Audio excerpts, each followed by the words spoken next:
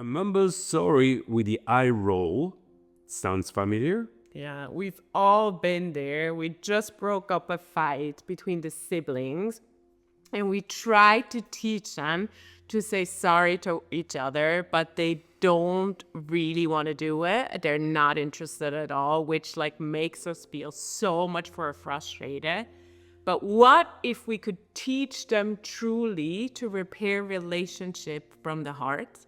Hi, this is Hugues Shamira from the family Oasis. We are glad you are back.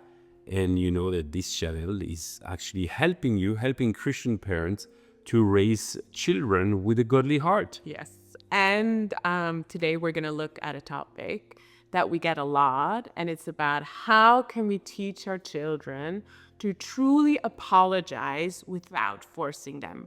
Because saying sorry isn't the same as repentance, isn't the same as owning responsibility.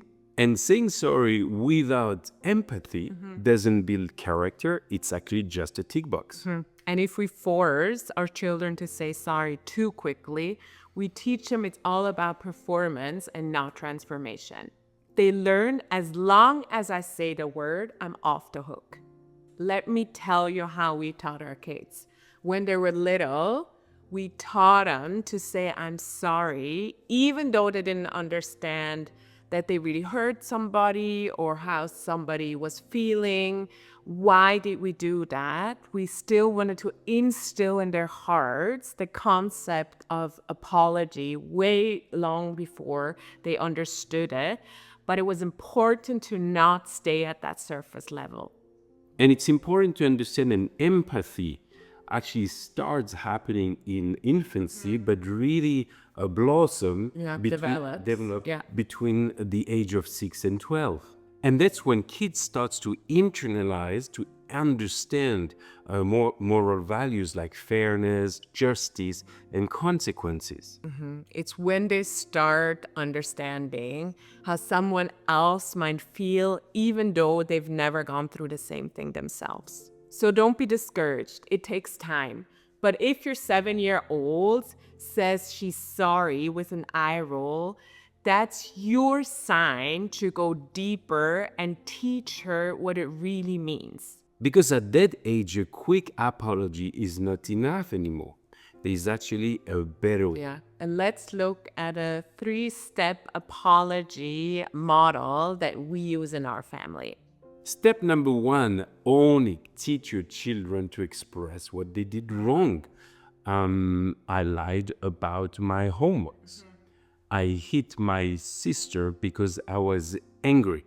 And this teaches them to take responsibility and not just say, I'm sorry, and walk away. Step number 2, acknowledge the impact. Help them see, understand how what they did affected someone else. I hurted your feelings, or the way I act just shows that I wasn't really thinking about you. And that's where empathy grows.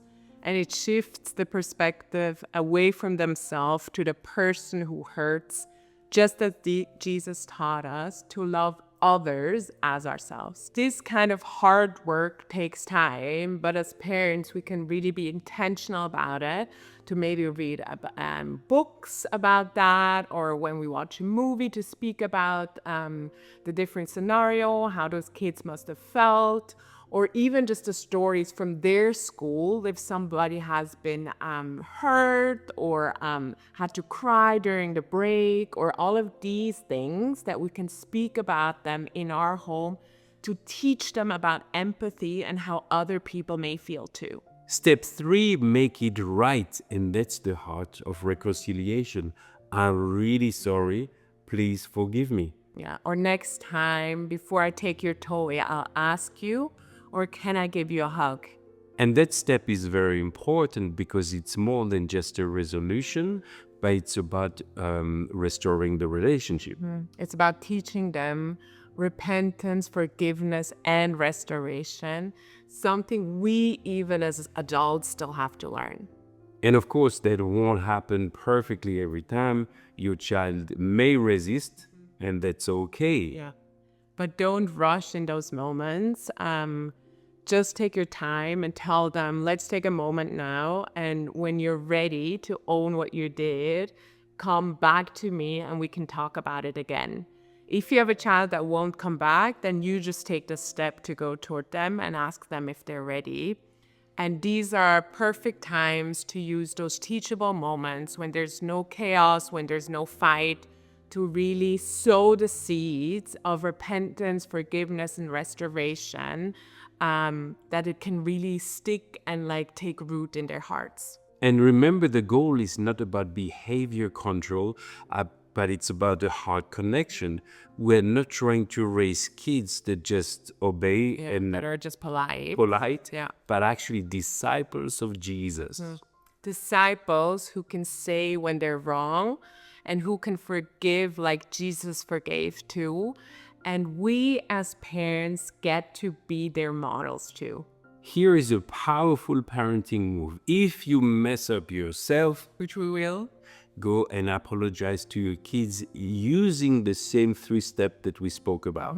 Because it teaches them that humility is strength and repentance is not weakness, but wisdom. So if you found this encouraging, give us a thumbs up, subscribe for more biblical and practical parenting tips and advice. And if you have any ways that you have taught your children to apologize, write it in the comment section. And remember to visit our blogs for more faith-based parenting tips. We have many of them, and I'm sure we'll find something that will actually bring more life, more joy in your parenting journey. Yeah. And this is what we love about. Exactly. So see you next time at the Family Oasis. Bye.